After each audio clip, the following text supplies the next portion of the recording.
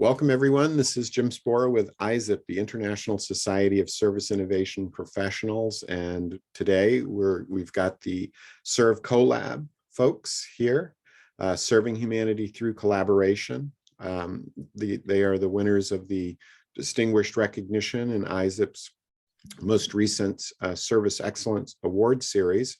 Ray Fisk is going to be presenting, and Ray, I just want to say I really have followed your career. You are one of the leaders in the service research who goes back to the very beginning.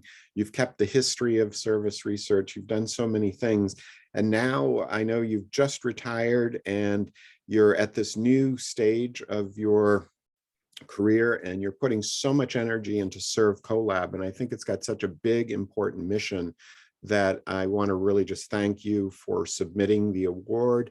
I'm congratulating you for winning it, and also, I'd love to see more connections between the ISSIP community and ServCollab. So thanks for sharing the additional information today. Great, thank you. Thank you. So are you ready for me to start? Yes. All right, well, let me adjust the process then.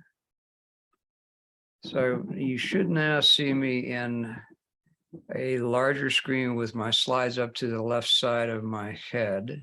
Yes. Which I'm using, as I was telling Jim, I'm using an app called which is a add-on to Zoom. You can still see my shrunken head in the images in Zoom, but you also can see more of me. And as I was telling Jim, I've actually got fingers, and you can see the fingers as well. And it, to me, is a little more fun to present this way in a Zoom environment. And the shrunken head version, you can see I moved my microphone so that the microphone is still picking me up. But let me get started. So I'm speaking on behalf of all of the ServCollab volunteer officers and volunteer advisory board, et cetera. And the topic that I'm talking about is ServCollab's approach to serving humanity through collaboration. It was that theme, serving humanity through collaboration, that we submitted for the ISSIP Award. And in general, what I was doing was submitting the whole organization. And because we're so new, our existence is the project. Whereas I know in some of your ISSIP other submissions, their project was something small because they're a much older organization. Yes. We are not. So I'm the founder and president, but let me get right to it. So I've got three topics to share with you today. First off, what is ServCollab? ServCollab's publications. I'm going to briefly overview the three publications we've done. And then the majority of what I'm going to talk about in the time today is about building research capacity, because fundamentally that's why ServCollab is an organization. So first, what is ServCollab? Our name is a contraction of serving humanity through collaboration. So ServCollab is a service research collaborative based for diagnosing and treating humanity's service system problems. And we're based on transformative service research. I should add that we are a 501c3 nonprofit. There are all kinds of nonprofits. Specifically, we're in the human services charitable organization space in terms of what kind of a nonprofit are we. So to me, charitable organization made the most sense because it's a lot of flexibility for what we need to do. And our website I list there, but let me get to the mission. Our mission is to serve humanity through service research collaborations that catalyze reducing human suffering and improving human well-being. Now, in the earliest version of TSR, we were focusing primarily on improving human well-being, but one of the key things we're also trying to do in ServCollab is reduce suffering too. We think we need to be looking at both. So this slide gets to perhaps an unusual idea, the human ignorance problem. Ignorance is the natural condition of every human child. Every one of us went through that. And we should respect human ignorance is my next point on this slide. As a species, I think ignorance is our superpower, but it's also our most dangerous attributes. It also means that humans are better at fantasy than reality, because we're great at fantasizing things, even though we may not know that much about the reality of it, but we're good at fantasy. We can imagine, and our imaginations are incredible. And it takes human intelligence and human capabilities to do what we do, but our human intelligence and capabilities are very pliable, which is the superpower, the very fact that there's so much possible in each and every child. But fundamentally, overcoming our ignorance requires effort and neuroplasticity. Information itself is easy to share, and we're living in the most amazing age of information sharing the world has ever known. Knowledge is more difficult to share than just sheer information, and the hardest of all to share. And the hardest challenge for us as a species is wisdom. Wisdom is the most difficult to share, but we really need to figure out a way to be a wiser species, and soon, which again is part of the reason ServCollab exists. And here, this slide will connect to the ignorance a little more obviously. The evolution of human service systems. As a social species, our service systems evolved to help us solve our ignorance problems. So I've got a couple, actually 3 different quotes here in these next 3 bullets, starting with anthropologists. Anthropologists have characterized the evolution of our species in prehistoric times as mutualistic collaboration driven by interdependence. So this goes back before the written record, just to emphasize that point. So they've studied all these various prehistoric times. And it seems that this is how our species got to the point that we learned how to write a language down and create histories. And the first service systems were families, and social evolution continued with the steady evolution from families to tribes, to villages, to cities, and to nations. And then this last point is a more recent discovery and some research that we shared on ServCollab. Through a process of complementary cognition, we evolved the ability to work together to share cognitive capacity. And that I love that idea of sharing cognitive capacity, because no one of us can really understand enough of what we need to do as a species. And we figured that out long before we had written records. We as a species evolved the ability to capitalize on the fact that we were also so flexible and share cognitive capacity. And there are even researchers that think that's part of the reason why human brain size is actually smaller than it once was. It's not that we're dumber, it's that we're better at sharing. All right, so the challenge of serving humanity is this slide. Science about humans is difficult and remarkably fragmentary. And if you look across all the science fields that have looked at humans, they rarely have done a good job of fully understanding humans. And it gets to the second point. It's hard for us humans to hold a mirror up to our mind or our body and see something that is real. And fantasy and wishful thinking are difficult to overcome in this case. I'll give you just one example. Economists held a mirror up to their human faces and saw a rational man. And that's pretty irrational to think that, but they actually saw it. And I'll just stop with that one example, but we could do more. And ServCollab seeks to enable a transformative synthesis of human knowledge that establishes a resilient foundation for serving humanity through collaboration. We need the resilience idea. We really need to be able to build a sturdy foundation. So this will require testing service ideas and converting them into service action. So that process for ServCollab is from ideas to actions. So that gets me to a brief overview of our 3 current publications, the 3 we've done so far, starting with the fact that they're in 3 different journals. Each of them is a well-known, well-respected journal, and I'll get to them one by one in terms of the journals, but those are the images of the 3. The first of them was our perspective on elevating human experience. The title was Elevating the Human Experience Through Service Research Collaborations, Introducing ServCollab. So the other co-authors that I'm listing there on this slide are the advisory board for ServCollab. And these are people who I had worked with before. I knew they would be great at helping me test the ideas that we were talking about and really working hard. And in fact, the phrase elevating human experience came out of our vigorous discussions over what should ServCollab do. And this was published in the Journal of Service Management back in 2020. And again, it's the introduction. They've got to start it in that idea of elevating human experience. I'll touch a little more on with these slides. So we know that service occurs in interactions. It occurs in social interactions like families, friends, etc. But we also know that it occurs in monetary interactions. And here's where one of the problems humans have had with our knowledge systems.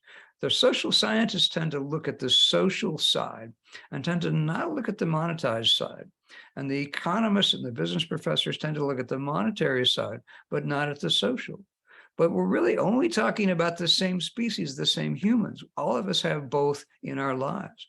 All of us do social and monetary regularly. But that separation, in my argument and ServCollab's argument, is not helping us. But here's a key idea in terms of interactions, because I was just talking about social and monetary.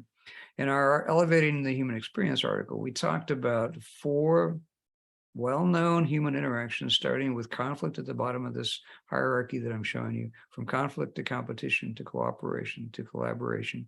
Now, these things can happen in a verbal sense, and conflict in a verbal sense is minor because it's just people arguing. But what I'm really focusing more on the more physical parts, that physical conflict is definitely deadly, or at least injurious to people. And competition is sometimes dangerous, but rarely is dangerous. And so competition is vastly better than conflict. And we've based a significant part of our economy is on competition. And we've based significant parts of our economy on cooperation. So in no way do we think that competition and cooperation are awful. Conflict is typically, if it's physical conflict, typically awful. But on the other far extreme, from conflict to collaboration, collaboration we think is the top of the hierarchy, and I've listed the key reasons that respecting and empowering human agency significantly reduces the risk of exploitation. Because it's possible to be exploited in all these other 3.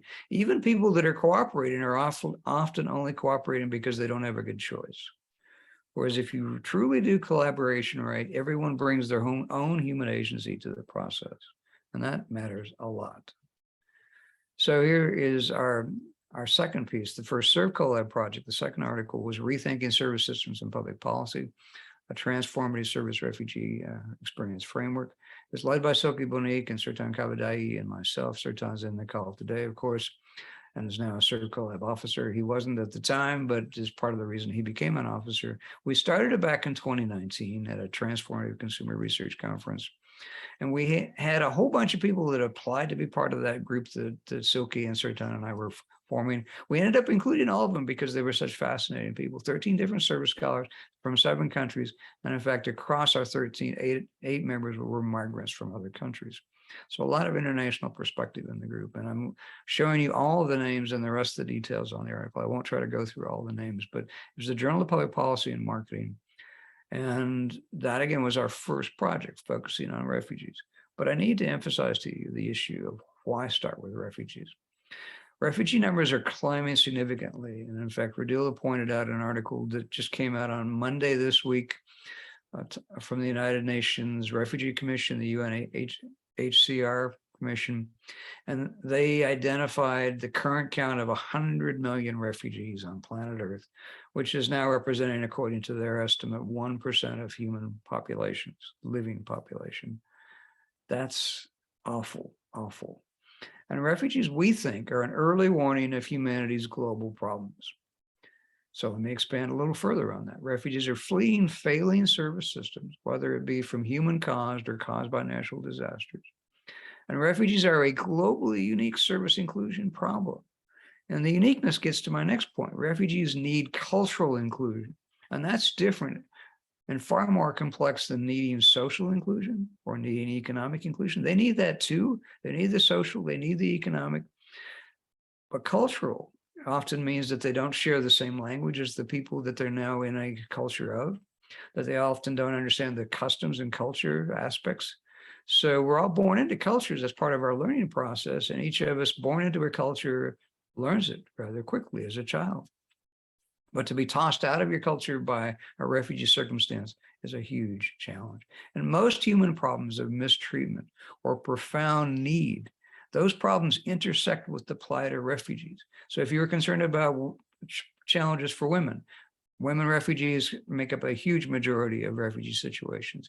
If you're concerned about children, et cetera, and I could keep going, but the intersection of all the other human problems we know about in our world, refugees are typically in the worst conditions.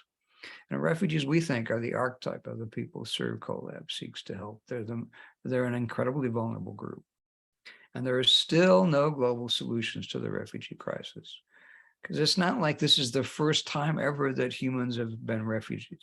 It's an ancient problem, a very ancient problem. So the third article And the most recent article of the three, the last one was 2021. This is 2021 as well. Service Ecosystem Health is the short title. The rest of it is a transformative approach to elevating service science. And it was published in the Journal of Service Science. It's the first ServCollab article that we're calling a perspective article. So the first article introduced us. The second article was about refugees as our first project. And this one pitched our perspective.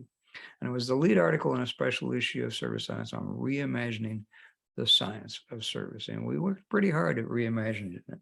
I'm going to give you our last part of that article just as a quick overview of where we got to in the article. The last part, Linda and Alkira and I pitched the idea of a Goldilocks civilization thought experiment. And here's the two key sentences about that idea. We said that the Goldilocks civilization thought experiment reimagines human service ecosystems to expand their ability to support individual human life, human societies, and the biodiversity of planet Earth. So there's three system levels in that sentence. And in this thought experiment, we said the primary challenge is protecting the natural rights of individuals, encouraging the vigor of human societies, and nurturing the planetary health of life on Earth. We know we can't survive without the Earth. We know we can't survive with humans without human societies. And we know we definitely need to protect the natural rights of each individual. That's the human agency issue. So that is a quick overview of a complex topic. And we were super happy to get that accepted since it was such a bold reimagining. We were trying to make that a real effort to reimagine. So that gets me to the third topic for today, building research capacity. And this is where ServCollab will be working for a while as we continue year by year to build capacity.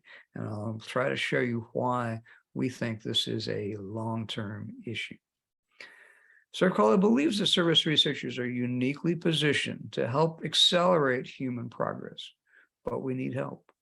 We don't think we're the only ones that can see the problems. We know we need a lot of help, and we think a lot of other people are seeing the problems from their own perspectives. So how can we work together is a huge part of what we are after here. But let me expand a little more on human experience in terms of why we know we need help. This slide talks about human experience and social roles and splits these social roles into private experiences and public experiences. So on the private experiences that people have, it's family roles, and I list them, and friends roles that I'm listing there. And then there's public experiences that in the business research that I've been part of my entire academic career, is basically customer roles and employee roles were the public human experiences. And then we can easily group them, sort of like my social sciences example earlier, that the private experiences have been mostly non-monetary interactions, and that's where social scientists have tended to devote most of their efforts. And then there's the mostly monetary interactions where the business researchers have mostly devoted their efforts, but they're still all part of the same species. If we can unify our understanding of humans and quit separating them over money, it would go a long way to improving the human experience. And in fact, I should point out the obvious. Humans invented money. Money was not here before humans. We invented it. So why is money becoming a way of things going wrong? And I'll stop with that because I could keep going on that theme for a long time. Let me look at human experience a different way, though. With this, there's three nested levels of human experience in this slide, and I'll come back to the text on the left side of the image in a moment, but let me just emphasize those three levels. So in the blue level of personal experiences, a micro level each of us has in our own bodies, and you can see I'm wearing blue today, so I'm emulating the personal experience issue of that stage. The second stage is where we get to social experiences between ourselves and other people. It's the more meso level in terms of my logic here. That is the middle stage. And then there's an external experience stage in which we're interacting as humans with the external environment. So three nested levels, because of course we are having personal experiences inside an external environment. We can have social experiences inside an external experience. So each of these is a unique service zone, and they interact as I was just summarizing. But I need to emphasize, as I put it in bold, social experience is our greatest challenge. This is where we get into arguing over stuff. We disagree over the reality of the social experience, who said what. This is what we mostly think of as the service space, although there's some wonderful research on ecosystem services that Linda Alcar and I talked about that gets to the connection between humans and the external experience. But that social level is really at the heart of what humans are tending to screw up. We tend to screw up our ability to work together, accidentally in most cases. But that gets me to this idea: inequality in service systems. In ServCollab, we think that inequality is not a flaw in our human nature. Instead, we think inequality is a flaw in the design of our service systems. And that inequality has a very long history in service systems. It's the systems of patriarchy, of aristocracies, of emperors, slavery, feudalism, colonialism. They were all designed well for inequality. And that's part of the reason they have lasted as long as they have, because the inequality, once you design it that way, it's hard to flip the script and change the system, but we need to design for fairness. And that's not an easy task to try to imagine doing, but that's what we need to be designing for fairness. We need a serving humans logic is what we think needs to happen. Now here I have to reference service dominant logic, which is of course a widely known service research topic and well respected. Here's a quote, not a quote, but I'm emphasizing the page number where you can find the Vargo and Lush. Actually, that book that I'm referencing is Lush and Vargo. Service dominant logic can only explain mutually beneficial exchange. It's where they talk about it. Now, I like service dominant logic a lot because I want to live in a mutually beneficial world. ServCollab is built on the intent of getting us closer to that, but it's a very idealized, and we're not there yet, view of how things should work. They like to talk about A to A, in which both are mutually in a similar relationship. We have mostly situations of roles of dominance and submission. They're the essential context of most service exchanges across written history. In fact, even the English word for service comes from the ancient Latin word for slave or servant. So it's embedded in the word service even. And because human exchanges are often unfair, we need to repair broken human service interactions. And that's clearly not going to be an easy task because of the long endurance of systems that were designed for inequality.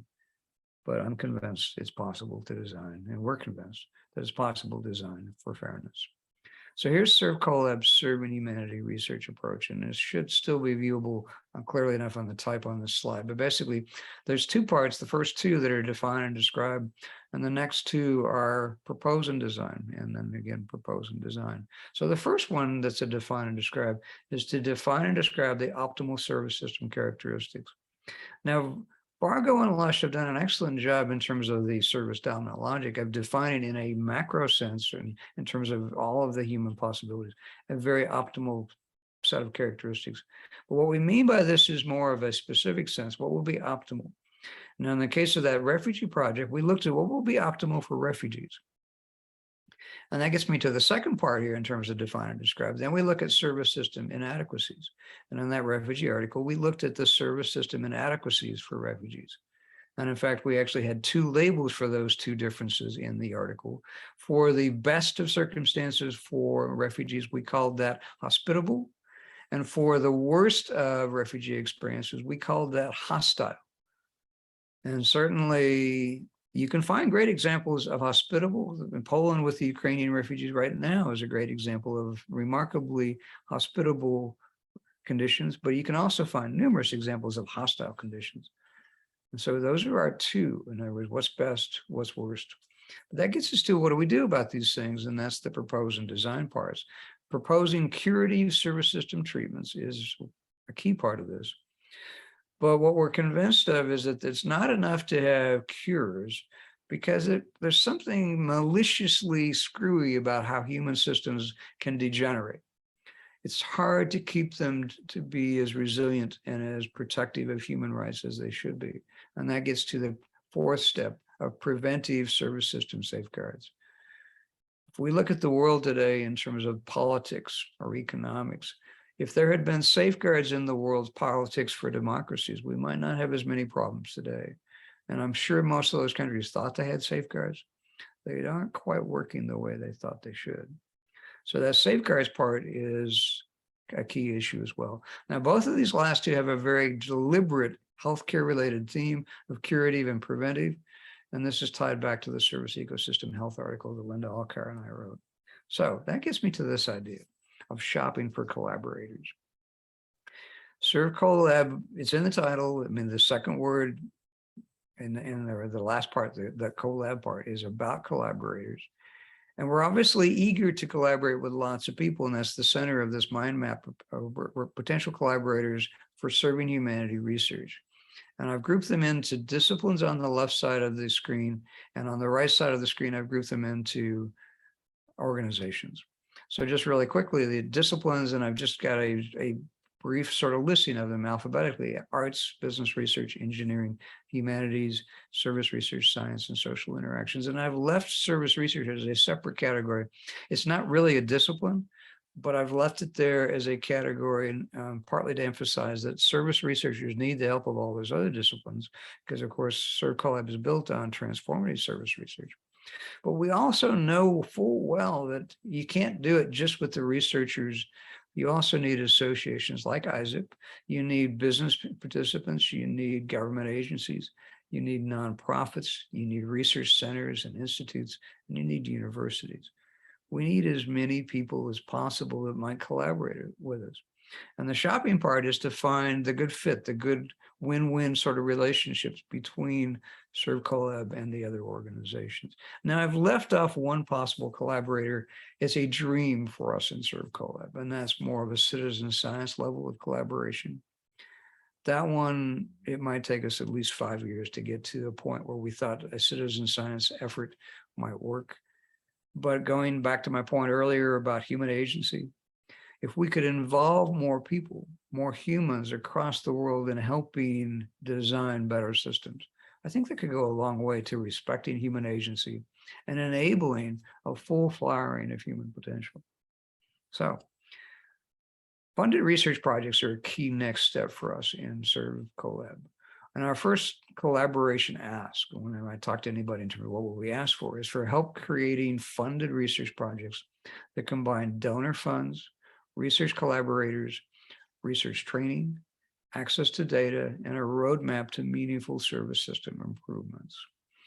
And one of the things we've talked about is looking at that as something that might be earmarked more for early career people, and certainly needing to be, we've looked at criteria for what would be great projects in terms of a large diversity of backgrounds and perspectives, so that we have a better set of human perspectives on the task. And ServCollab, as I already have said, is our first interest is the needs of refugees, but we're open to many other research projects that might fit our three research themes of service inclusion, service language, and climate change. Our interest in service language is because language is the software of the human brain. And the way we talk about each other is a key factor in how we treat each other. So attending to the way we talk about each other is a key issue. And the climate change issue, while yes, it doesn't have the word human in climate change, but every one of us knows, I think everyone knows, that without a planet Earth, the rest of it's not going to be possible to talk about. So we humans are at danger of causing huge problems, and soon. So here is the slide on ServCollab's efforts to co-create the future. In ServCollab, we are technology optimists. Human progress is often measured by our technological progress, because technology is dependent on its creators and its users. It can be of two main kinds, though. It can be a technology of exploitation. And those systems that were designed for exploitation, like aristocracies and patriarchies and other things, often use technology to exploit. But technology can also be a technology for service, and there's more and more efforts tied to the technologies of service. And then here's a quote from the Goldilocks section of the article. A Goldilocks civilization is possible because of the rapid evolution of computer technology. And in fact, ServCollab could not exist without the evolution of computer technology. This ISSIP talk could not exist without the evolution of computer technology. So this is part of the reason why we know the technology can be misused. It's not technology's fault, it's the human's fault. Humans are always the problem. It's not the technology. And that gets me to a last slide for the presentation, which is rising above our perilous times. In our perilous times, it can be quite difficult to be optimistic.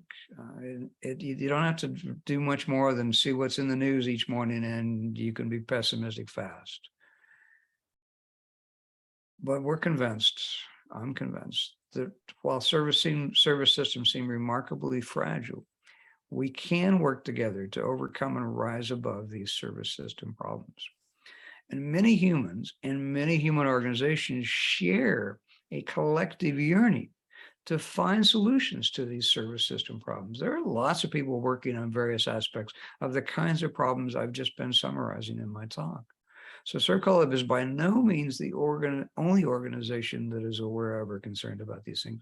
We're all looking at them from slightly different perspectives. So if we can find ways of working together, we can make big progress, and we can have a lot of fun doing that too. And my last point here is that ServCollab intends to help accelerate progress on reducing human suffering and improving human well-being. Now, that word accelerate, I need to pause on and emphasize it. Human progress, if you look back across the histories of our species, human progress tends to be generational. In other words, the generations are typically described as every 20 years. And so human progress tends to be every 20 years if you look at the typical histories. That's not fast enough to deal with climate change. It's not fast enough to deal with a lot of other breaking point issues in terms of democracies and other things. We need to find ways of accelerating human progress faster than generational. And we need it or else, because climate change is not going to wait for us. Climate change is a very real problem. And the fracturing and hostilities worldwide that we're seeing, none of those are good. But it's possible if we work together. That's why collaboration is the highest form of human interaction. And with that, a few more last loose end details to wrap up my talk so that they're in the video. These are the ways of communicating with ServCollab: our Facebook account, our Twitter account, our LinkedIn account. We've got a ServCollab YouTube channel on how to join on our website. And here is the listing of the 3 ServCollab articles, the full citations for them. And I'm more than happy if someone contacts me directly, I'll be happy to send those articles to people. And this is the thank you slide with a question time slide with my email. So you're welcome to, of course, take over, Jim, and we can do questions.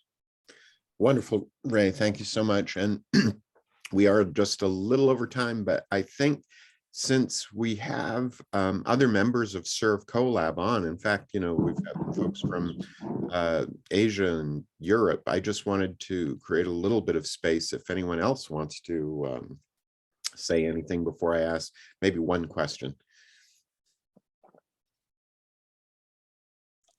So anyone else want to pitch in? Fantastic presentation. I want to zero in on that ignorance and a few other things you said, but let's I can actually switch off the share so we can just go to more of a regular screen mode here. Ah, perfect. Yeah, there we go. And in fact, I'll even put my camera back where it normally is, so it doesn't leave me off center. Yeah, I just really think what you've all accomplished and the potential of where you're going is enormous. I'll just share the Distinguished Recognition Award again briefly on the screen. I like what you said about interaction and how you looked at the social interaction, the monetary interaction, the 2 areas of study. I'm thinking I'd like to hear you say a little bit about change, though, because as we think about changing service systems, and again, I love the focus on getting service systems to the next level, we certainly are at a stage where sharing information has never been easier, both information and maybe misinformation sharing is at an all-time high. And then the next stage you talked about was sharing knowledge. And I think with maybe artificial intelligence and some other technologies, sharing knowledge might actually start getting easier in service systems. But service systems have a set of activities, and in order to change them, that process of change seems very unsystematic and maybe unwise in some ways, because we're, some of the changes are local optimizations, not global optimizations. Can you speak to change a little bit? Have you explored that, Ray? Yeah, I'd be happy to, Jim. This is a theme that I didn't get into in the talk, so I'm really happy you asked about it. In this century, and because I've been around long enough, I have to separate my life into the 20th century and then the 21st century. And I spent 20 years as an academic in the 20th century, but in this century, with the help of Leah Patricio, I got involved in the theme of service design. And it's more than a theme, I'm not doing it justice. It's a tool set in service design. And that collaboration that I engaged with her on, because she was a future doctoral student asking me to be her collaborator as an advisor. And the other person who became her co-advisor was a software engineering professor, John Falco Icona. And the two of us helped her design service systems. And we did redesign work. We did new design work. Now, these were in a retail setting. It was a retail banking scenario and also a retail store scenario. And the biggest and most significant design project was designing the electronic healthcare record system for Portugal, the entire country. It's not as complicated with 3 million people as it would be with like the United States with more than 300 million versus 3 million. But the key is still, it was a design system. And a key thing about design that is true not just for the work I've done with Leah and the other collaborators I worked with Leah, but also with the many other people doing service design work, is that it's a co-creative process of bringing in the perspectives. And this is where that human agency point that I did bring up a few times in my talk today, that human agency matters so much, because a huge part of a lot of aid efforts to try to improve things, we're very much a patriarchal sort of, well, here we're from the developed world and we're here to help you. So here's some money or here's some food. But that can actually undermine the systems, coming to what you were talking about, that and well-intended interventions can actually make things a lot worse, because you're disrespecting the humans that you're trying to help by thinking you know so much more than they know. So what is, I think, very clear about service design efforts, if we're going to start working to repair broken systems, is that we don't intervene on behalf of the poor. We get them involved in helping design a different logic. And this comes back to one of the problems, though, and that is that no one can do what they can't imagine doing. That goes to my point about ignorance. One of the greatest reasons why education is a transformative experience for humans is that education expands a child's imagination. So one of the challenges for someone who's born into poverty is it can be hard to imagine not being poor. What would it take if their parents have always been poor and their grandparents were always poor? So changing the systems comes back partly to my issue of changing the ignorance problem. Mm-hmm. So at heart, I think every effort to change the systems needs to start with an education level, so that you're making sure that each generation has better opportunities, so that we have generational progress that actually can accelerate, because it shouldn't be true that it takes so long for the progress. But it's partly to blame what's partly to blame though is our education systems. Our educations tend to do things, systems tend to think, well, okay, you do your high school, you maybe go to college, maybe don't, but then you're done. And that's not true at all. It never has been true. Okay. So there's been a logic for too long, and universities that I've been part of are part of the problem. A logic that, okay, now you're ready. And I don't think that is helping us either. But there's also lots of other problems inside those education systems, and in the sense that they They're better at mass producing people who can do the same things and not good at mass producing an incredibly creative human group. In other words, they tend to standardize. And standardized testing to me is the opposite of what I would hope we would go to. One of the things I love about the examples out of education in Finland, one of the best examples of education on planet Earth currently, is they don't do standardized testing. They are better than most countries at nurturing the independent human agency of each child. So we still aren't good enough at education because if people can't imagine, they can't do it. Finland pays their teachers very well. And I think, also true.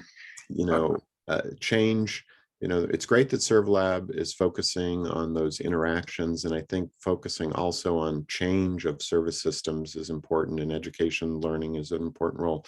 I think learning to invest more wisely is an area that might overlap some of the ServCollab and ISSIP in the future. We're really looking at how responsible entities invest.